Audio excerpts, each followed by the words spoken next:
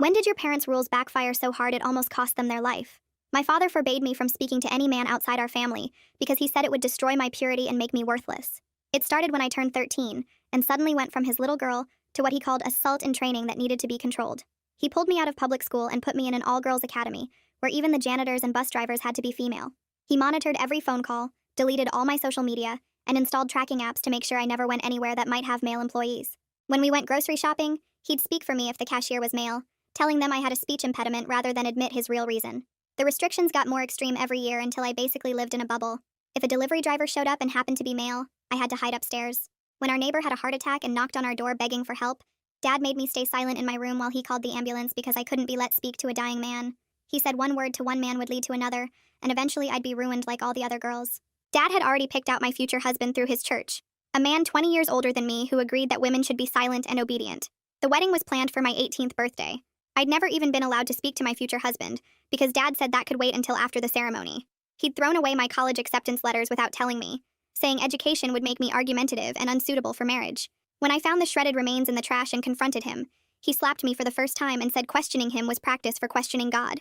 By 17, I'd never had a conversation with a male teacher, never worked a part-time job, never even ordered my own food at restaurants if the server was male. Dad would proudly tell his friends that I was still pure, like I was some artifact in a museum instead of a human being. I became an expert at navigating the world in silence whenever men were present. At the pharmacy, I'd write my questions on paper and hand them to female employees. During parent-teacher conferences, I'd sit mute while Dad explained to bewildered male teachers why I couldn't respond to their questions. The yearbook committee wanted to interview me about winning the science fair, but when they sent Ryan from the journalism class, Dad slammed the door in his face and filed a complaint with the school about inappropriate contact attempts. Thursday night, Dad was eating dinner and lecturing me about staying vigilant against male manipulation. He was going on about how even male doctors were dangerous because they'd use medical examinations as an excuse to corrupt young women, when suddenly he stopped mid-sentence and grabbed his throat. His face turned red, then purple as he stood up from the table, knocking his plate onto the floor. He was pointing at his neck and making these horrible gasping sounds, and I realized a piece of chicken was lodged in his windpipe.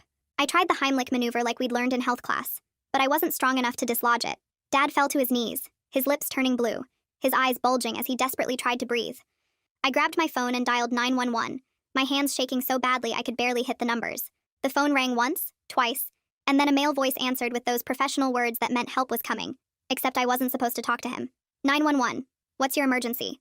I stood there holding the phone while my father collapsed onto the kitchen floor, his body convulsing as it ran out of oxygen.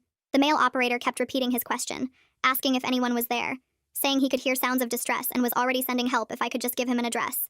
Dad's eyes found mine from the floor, and even through his panic I could see him shaking his head no, telling me not to break the rule even though his face was turning gray. Ma'am, if you can't speak, just tap the phone once for yes when I ask questions, the operator said, his voice calm and professional. But I needed to tell him about the choking, about the chicken, about exactly what was happening so they'd bring the right equipment and know what to expect. Dad was making these weak scratching sounds against the tile floor, his movements getting slower, and I had to choose between his life and his most sacred rule. Please, if someone is hurt, you need to talk to me so I can help, the operator said, and I could hear typing in the background as he tried to trace the call. Dad's hand reached toward me one more time before going still, his eyes rolling back, and I opened my mouth to speak, but 17 years of conditioning made my throat close up like I was the one choking. My dad was about to die because of his own rule, and for a moment I wondered if that would really be the worst thing. The words stuck in my throat for another second before I forced them out in a whisper so quiet I wasn't sure he heard. 1247 Maple Street. The operator typed fast and said help was 3 minutes away. Is the person conscious? I looked at Dad's still body and managed to say no. The operator told me to turn him on his back and start pushing on his chest. My hands shook as I rolled Dad over, his body heavy and limp. I put my hands on his chest like we learned in health class and started pushing down hard. Count out loud for me, the operator said. I counted 1, 2, 3, each number feeling wrong coming out of my mouth to a man. Dad's ribs made cracking sounds under my hands. The operator kept talking, telling me to push harder, faster, don't stop. My arms burned, but I kept going, counting to 30 over and over. You're doing great, keep going, help is almost there, he said. I heard sirens getting closer, and the operator told me to unlock the front door. My legs felt weak as I ran to the door, turned the deadbolt, then ran back to Dad. The thought of male paramedics coming in made me want to hide upstairs like always, but Dad's face was gray and his lips were blue. I kept pushing on his chest, my whole body shaking now. The door burst open and 2 people in uniforms rushed in with bags and equipment. One was a woman with brown hair pulled back, the other a man with a beard. I backed against the wall as they dropped beside Dad. The woman started working on him right away while the man asked me what happened. My throat closed up completely. I pointed at my neck and then at Dad, but no words came out. The woman looked up and saw my panic. I'm Lara. This is my partner, she said, taking over the questions. Was he eating? I nodded and pointed at the chicken on the floor. How long has he been down? I held up 5 fingers, then 6. Not really sure anymore. Lara grabbed something from her bag and tilted Dad's head back. She put a metal tool in his mouth and used long tweezers to pull out a piece of chicken from his throat. The male paramedic, who Lara called Ruben, started doing CPR with a machine that pumped Dad's chest. They put a mask over his face and squeezed a bag to push air into his lungs. We got a pulse back, but he's not breathing on his own, Ruben said. Lara looked at me and asked if I wanted to ride in the ambulance. I nodded because what else could I do? They lifted Dad onto a stretcher with tubes and wires everywhere. As we went outside, I saw neighbors standing on their lawns watching. The man from 3 houses down, the one who had the heart attack Dad wouldn't let me help, was there too. He looked at me with this expression I couldn't read. In the ambulance, Ruben sat in back with us and started asking about Dad's medical history and medications. I froze again, my hands gripping the bench. Lara noticed from where she was working on Dad and took over. Does he take any medicines? She asked gently. I nodded and held up 3 fingers. High blood pressure? I nodded. Diabetes? I shook my head. Heart problems? I nodded again. She seemed to understand something was wrong beyond just the emergency. She kept her voice soft and gave me space, not pushing when I couldn't answer. The hospital was loud and bright and full of people. They rushed Dad through double doors while a nurse in pink scrubs led me to a waiting area. There were men everywhere. Male doctors in white coats walked past. A male security guard stood by the entrance. Men sat with their families in the plastic chairs. Their voices filled the room and I felt like I was drowning. I found a chair in the corner and pulled my knees up to my chest. About 20 minutes later, a woman in nice clothes walked over to me. She had dark hair and kind eyes. I'm Kalani Santos. I'm a social worker here at the hospital, she said, sitting down but leaving space between us. Do you have anyone we can call? Family or friends? I shook my head because Dad had cut us off from everyone years ago. Mom's family was too worldly, he said. His own brother asked too many questions. The church people only knew what Dad told them. We were alone by his choice, and now I was alone because of it. Kalani pulled a small notepad from her pocket and handed it to me with a pen. The doctors need to know about your dad's medications and health history, she said quietly. I wrote down the 3 medicines Dad took every morning for his heart and blood pressure. My hand shook as I added that he had diabetes too, but refused to take insulin because he said God would heal him. She nodded and took the notepad to show the nurses who were waiting by the desk. They rushed off with the information while Kalani came back and sat down again. She didn't ask me anything else right away, which was good because my hands were still shaking.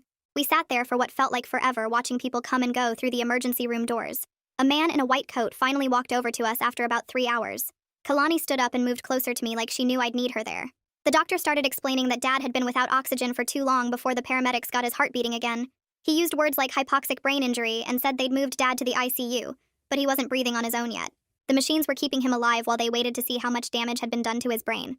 I felt something weird in my chest, like relief mixed with guilt, because maybe Dad would never wake up to control me again. Kalani thanked the doctor and he walked away to deal with other patients. She sat back down and asked me gentle questions about home, like did I have other family or somewhere safe to stay. I shook my head because Dad had cut everyone off years ago when they questioned his rules.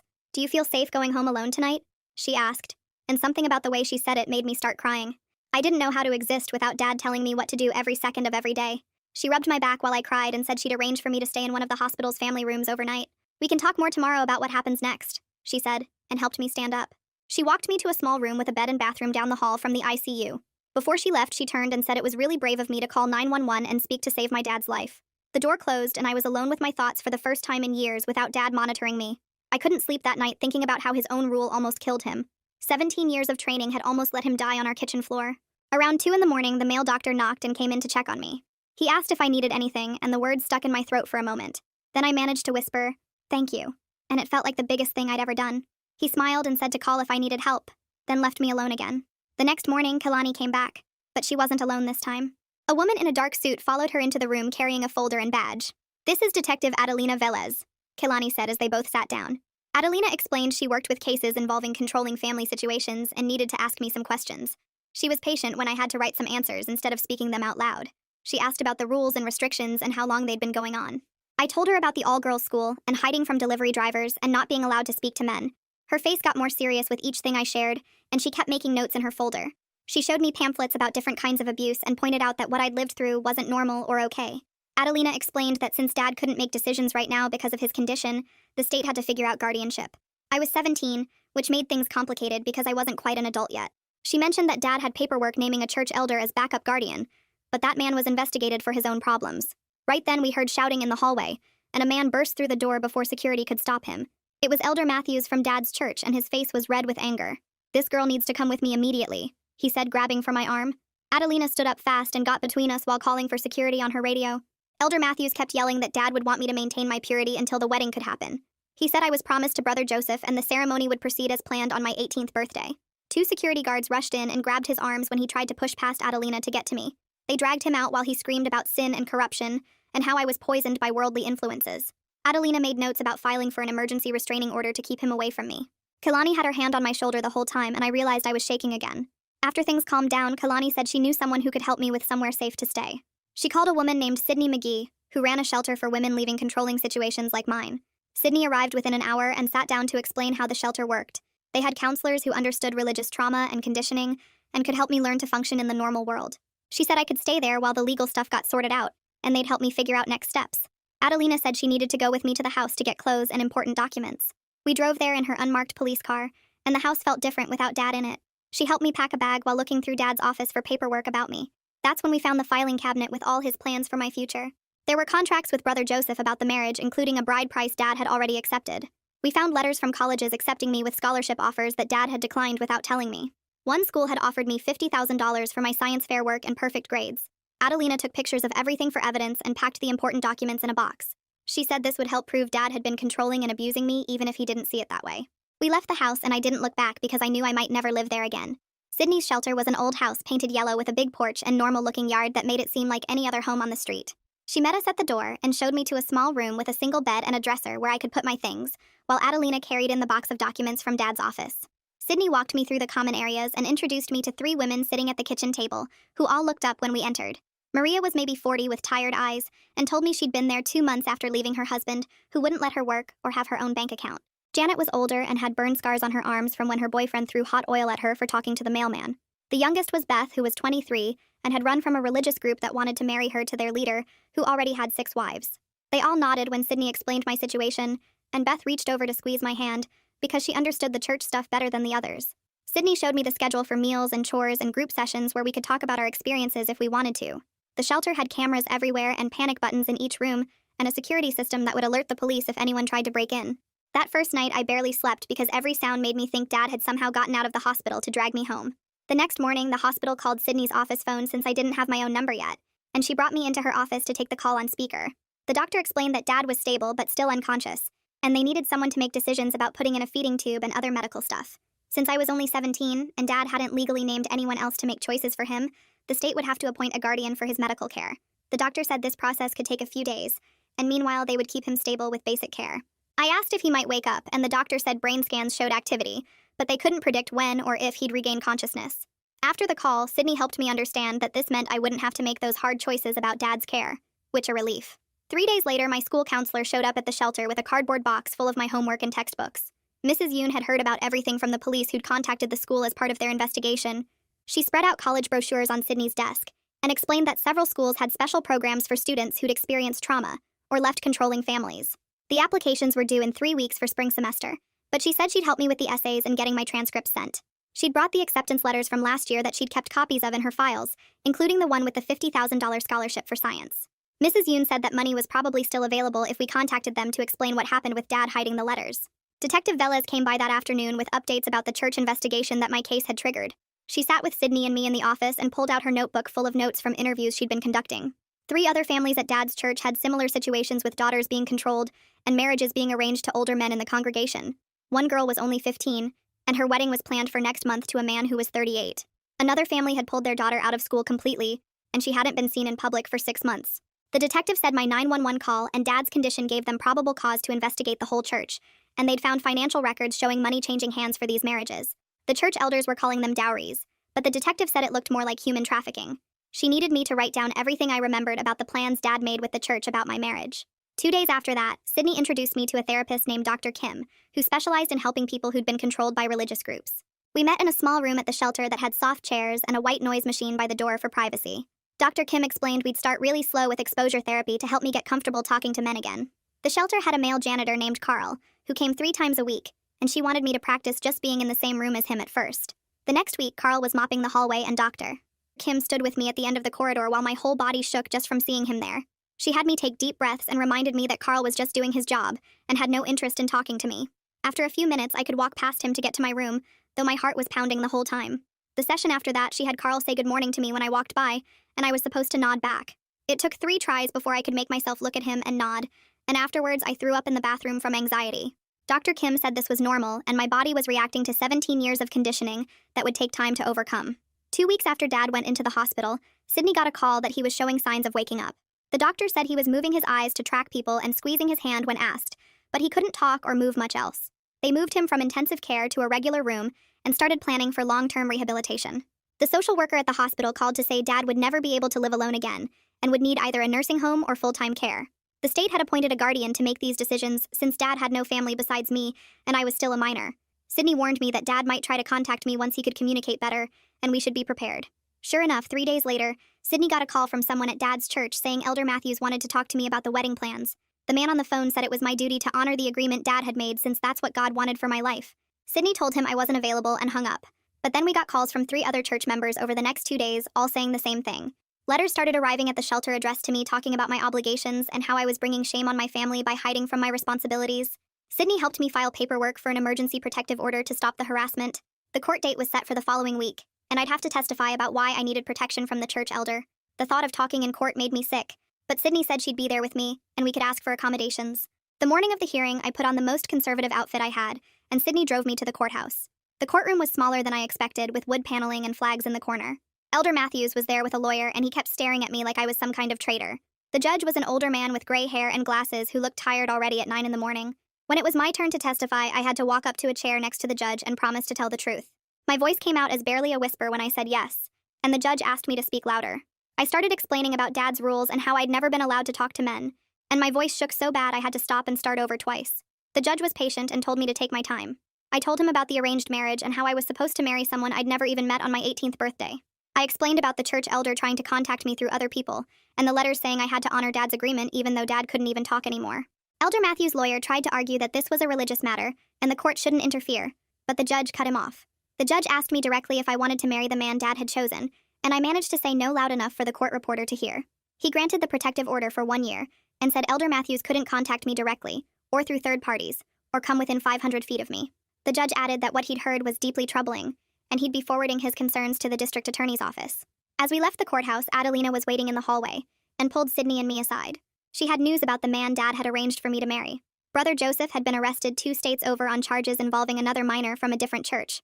The police found evidence he'd been doing this for years, moving between religious communities and targeting families with young daughters. When Adelina showed me his mugshot, I ran to the bathroom and threw up everything in my stomach. This was who Dad was going to give me to in 3 months when I turned 18. Sydney drove me back to the shelter after the courthouse, and said there was a support group meeting that afternoon for girls from controlling families. The meeting room had 8 chairs in a circle, and 5 other girls already sitting when I walked in, all of them between 14 and 19, and I could see the same scared look in their eyes that I saw in my mirror every morning. The group leader was a woman named Maria, who'd escaped her own controlling father 20 years ago, and now helped other girls learn how to function in the normal world. She had us start with something simple, going around the circle and saying our names, and one thing we wanted to learn, and when it was my turn, I whispered that I wanted to learn how to order food from male servers without panicking. The girl next to me nodded and said she had the same problem, and Maria said we'd practice that today by walking to the diner down the street together. My hands started shaking at the thought, but the other girls said they'd be right there with me, and we walked as a group to the small restaurant where Maria had already called ahead to explain our situation. The server was a young guy, maybe 20 years old, who smiled and asked what we wanted to drink, and I froze completely while the other girls ordered water and soda. Maria touched my arm gently and reminded me to breathe, then asked if I could point to what I wanted on the menu, and I managed to tap the lemonade option with my finger. The server said no problem and wrote it down without making me feel weird about not talking, and by the time our food came, I managed to whisper, "Thank you," when he set down my sandwich. Back at the shelter, my phone rang, and it was Kalani calling from the hospital to tell me Dad was getting better and starting to understand what was happening around him. She said he'd been asking where I was and got really upset when the nurses said I wasn't there, trying to pull out his breathing tube and demanding to see me until they had to give him medicine to calm him down. 3 weeks had passed since that night with the chicken, and my school counselor came to the shelter with a stack of college applications and brochures.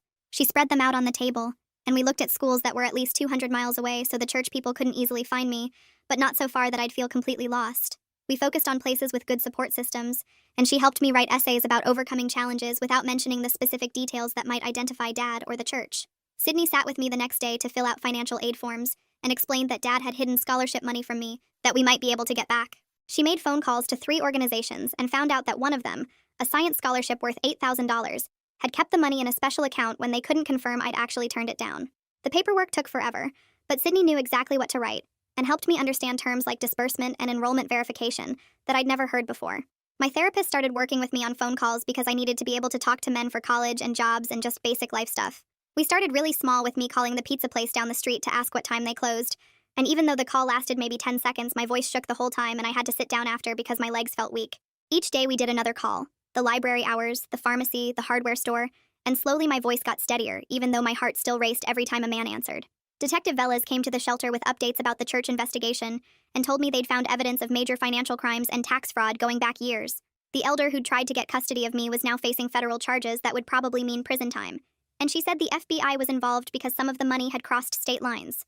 4 weeks after Dad's emergency, Kalani called to say he was awake enough to have visitors if I wanted to see him, and I decided to go with her for support. The hospital room smelled like disinfectant, and Dad looked smaller somehow in the bed with all the machines around him, his face thin and his hair messy in a way he never would have allowed before.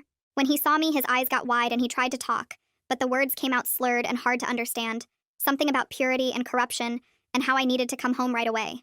I stood at the foot of his bed and told him clearly that I'd talk to men to save his life, that I'd keep talking to whoever I needed to talk to, and that I wasn't coming home.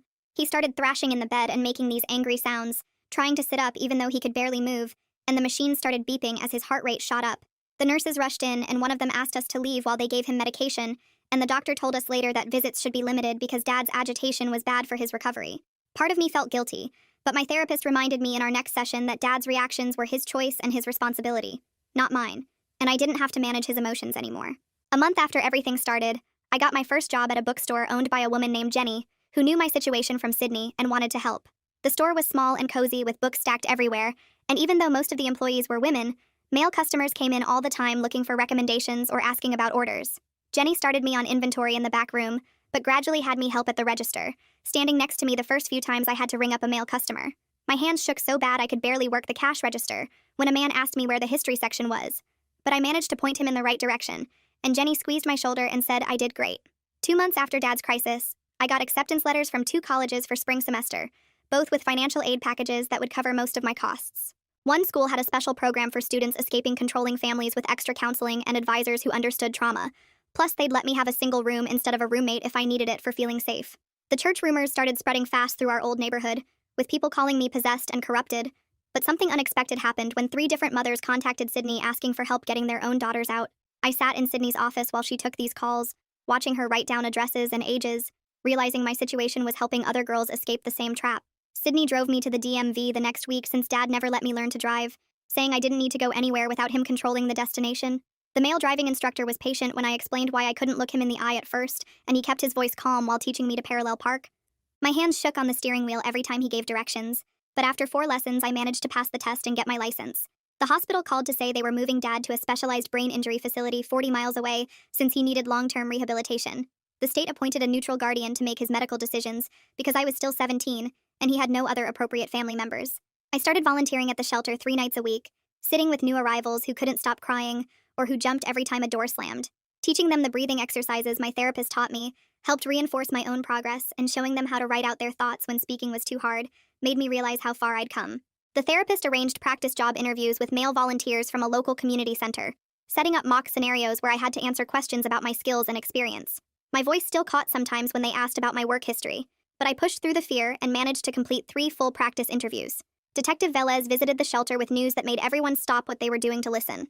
The investigation had revealed such extensive abuse patterns that the state was shutting down Dad's church completely, and the man Dad chose as my future husband had fled to another state, but was now on a federal watch list.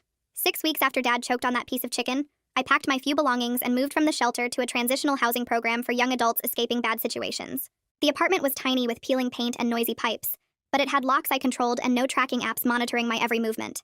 The college sent my roommate assignment in a thick envelope full of orientation materials, and her name was Sarah, another girl escaping a controlling family who understood why I cried when I saw the class schedule with male professors' names.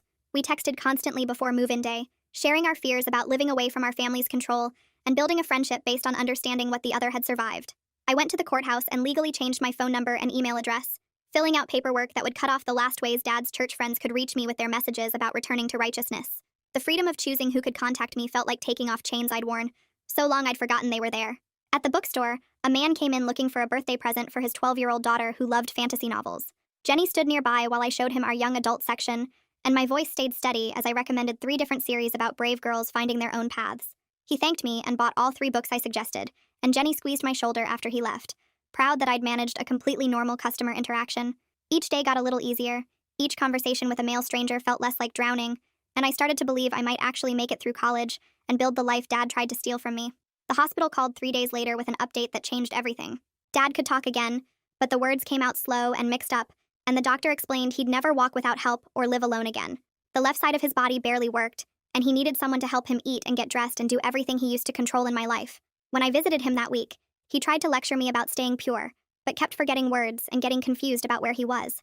The nurse had to remind him 3 times that I was his daughter, not his sister, and he kept asking why the male orderly was allowed in his room.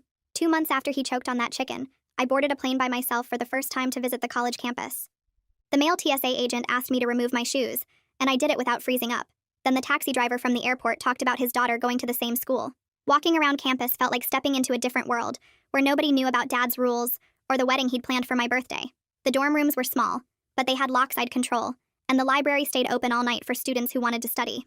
A week later, an envelope arrived at the shelter from the scholarship organization that had kept my money when Dad never responded to their letters. They wanted me to speak at their annual dinner about educational barriers and how they could identify other girls whose parents might be hiding opportunities. I wrote back saying yes, because maybe my story could help them save someone else before it was too late. My 18th birthday came on a Tuesday at the transitional housing. No white dress or church ceremony, or man 20 years older waiting at an altar. Sydney brought a chocolate cake from the grocery store, and the other residents sang happy birthday in the common room, all of us survivors of different kinds of control. We stayed up late talking about our plans, mine for college and theirs for jobs or trade schools, or just learning to exist without someone watching every move. The therapist scheduled my last session before college for that Friday, saying we'd covered 2 years of work and 2 months of intensive meetings. She taught me how to spot controlling behavior in new people, and gave me worksheets about maintaining boundaries and recognizing red flags in relationships. I practiced saying no to different scenarios she acted out, my voice getting stronger each time I refused something that didn't feel right. Packing for college felt like planning an escape all over again, except this time it was legal and celebrated. I bought jeans that actually fit instead of the long skirts Dad demanded, and tank tops that showed my shoulders and a laptop without any tracking software. Each piece of clothing I folded into the suitcase was something Dad would have burned if he'd found it in my closet 6 months ago. The bookstore let me pick out novels he'd called gateway drugs to sin, stories about women who made their own choices and didn't apologize for existing. Freshman orientation started with all the new students split into discussion groups, and mine had 4 girls and 5 guys talking about what we wanted to study. When my turn came, I told them about wanting to major in psychology, to understand how people get trapped in controlling situations and how to help them escape. One guy asked about my interest in that specific area, and I gave him a real answer, not silence or looking at the floor. The girl next to me mentioned her dad was super strict too, and we exchanged numbers to get coffee later. By December, I was writing my name on final exams in classes Dad never wanted me to take. My roommate and I had decorated our dorm room with posters of female scientists and writers, and I worked 20 hours a week at the campus bookstore, where half my coworkers were guys. The engineering student from my calculus study group asked me to see a movie, and I said yes, then actually showed up and sat next to him and shared popcorn like a normal person. He walked me back to my dorm and asked if we could study together again, and when I agreed, he smiled and said he'd text me tomorrow. My grades came back all A's, and I called Sydney to tell her, crying happy tears because 6 months ago I couldn't even speak to save Dad's life, and now I was building something completely my own. Well, that's gonna do it for now. Thanks for just being here and exploring all these curious details with me. Always enjoy sharing this time with you. Subscribe for more content like this.